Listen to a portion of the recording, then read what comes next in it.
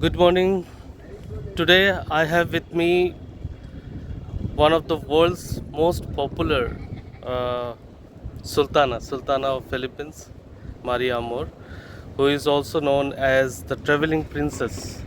She travels around the world with her philanthropic causes. She is an author, philanthropist, and whatnot. Uh, Today she is with me, Hi there, and everyone. we will discuss her course of action, her work post pandemic.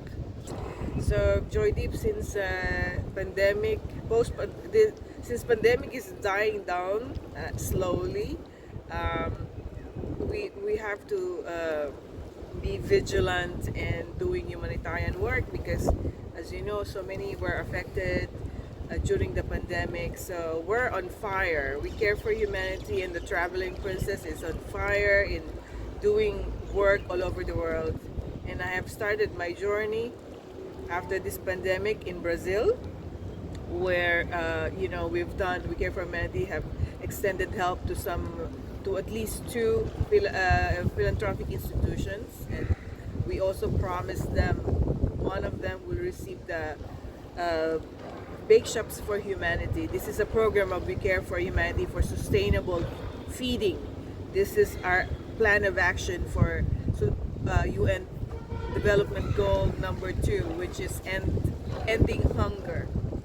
And the concept of Bake Chef for Humanity is to, We Care for Humanity will place the equipment, will help them, teach them how to make bread for themselves to sustain the hunger, and at the same time monetize out of it. And this will help them have a sustainable feeding to buy the supply they would need for the rest of, for as long as they have the bake shop. So that is one. And also, I am now the global ambassador of Amazon Save the Earth project, which is our plan of action for climate change. This is UNSDG number 16, I believe.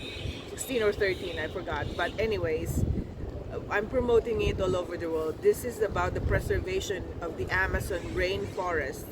As you know, 20% of the oxygen all over the whole planet is coming from the Amazon. And so many companies, and this is unavoidable, a lot of companies are producing carbon monoxide, as we know. And this is a good alternative for them to save the planet, to save the earth. So I'm mostly speaking with different governments and big companies about this project because this is a good action for them. And on my way to UK, uh, I have met, some friends of mine who are also former mayors of one former mayor of Stockport, former mayor of Harrow, Westminster in UK, and we have a plan actually to come back to London and promote the Himalaya Peace Caravan, which is also my plan of action for spreading peace all over the world. Then I went to Egypt because number one, I have a branch in Egypt, and we did some feeding program.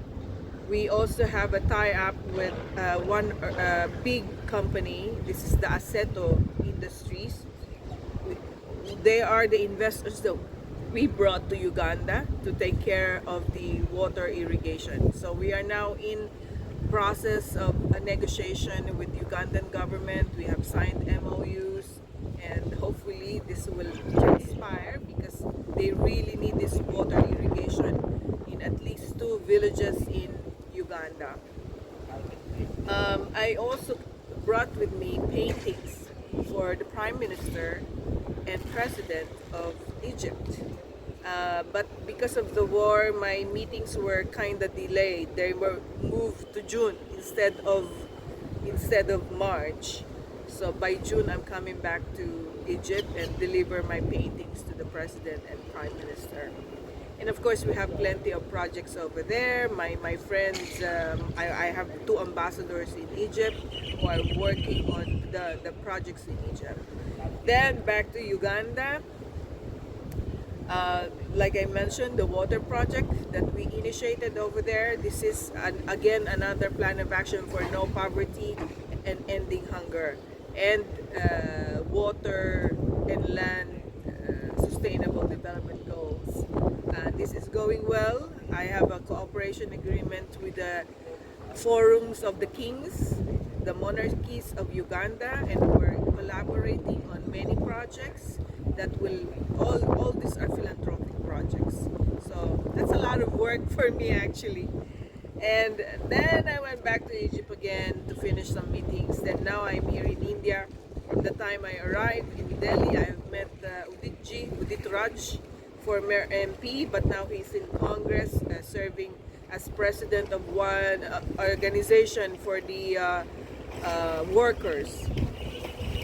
And I went to Darjeeling, where there is a, again, We Care for Humanity is working with the Shri Ken Rinpoche Purvadorji Foundation.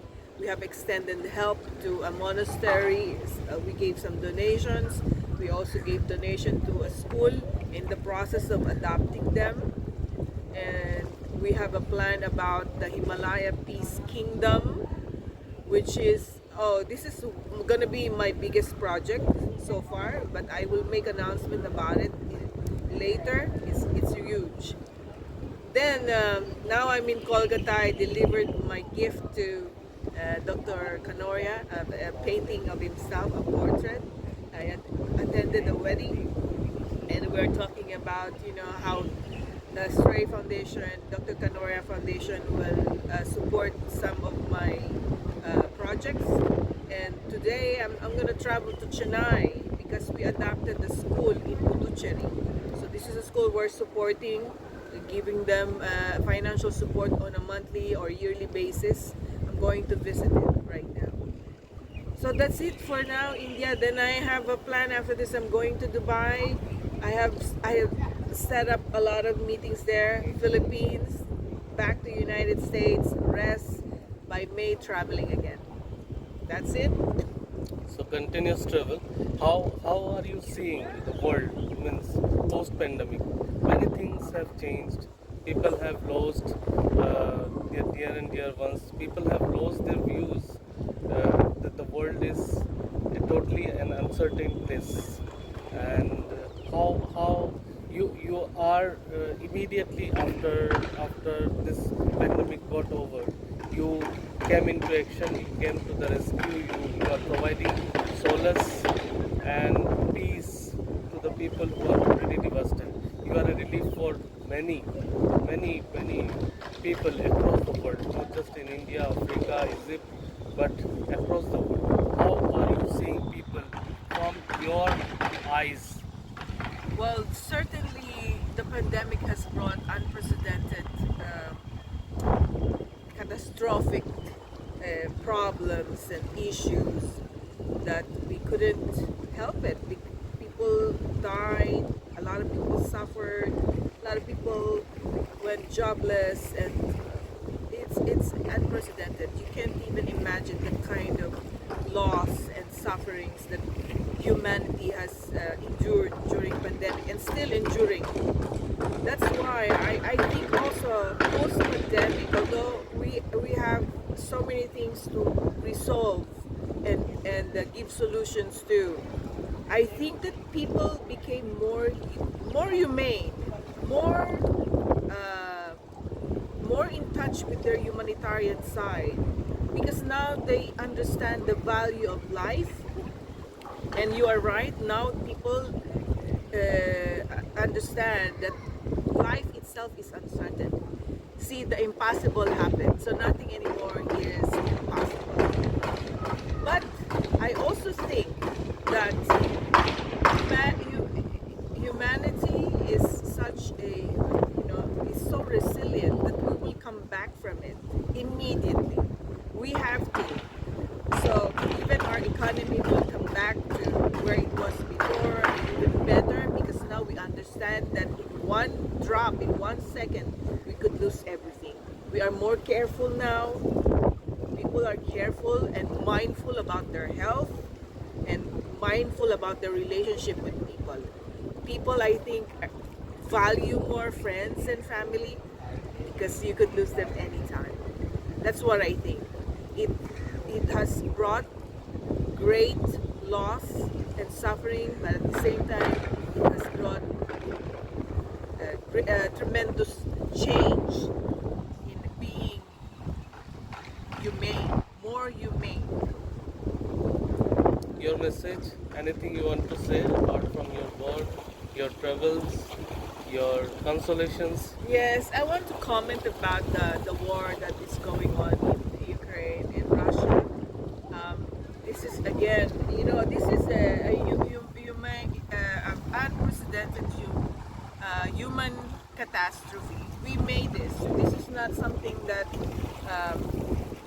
nature has brought us, but people made this. And it's not only bringing loss and destruction in Ukraine and Russia, but it's affecting the whole world, the whole humanity. So I wish that both of them will, think about resolving everything in peace rather than in violence. And without making any political claim, I just want to say, and I want to remind everybody, we elect leaders, presidents of countries, because we want them to lead us into prosperity, into development, into growth, to lead us to the light, not lead us to destruction. And next time we elect presidents or leaders who will lead us, lead somebody who has a huge heart, who understands human sufferings, who understands that children are valuable to our future, and elders are to be respected, and to love our neighbors. So someone with a huge heart will, and spiritual, I would say, not making any religious claim or political claim. Someone spiritual, someone with a big heart, someone who understands the poor people as well. Thank you so much.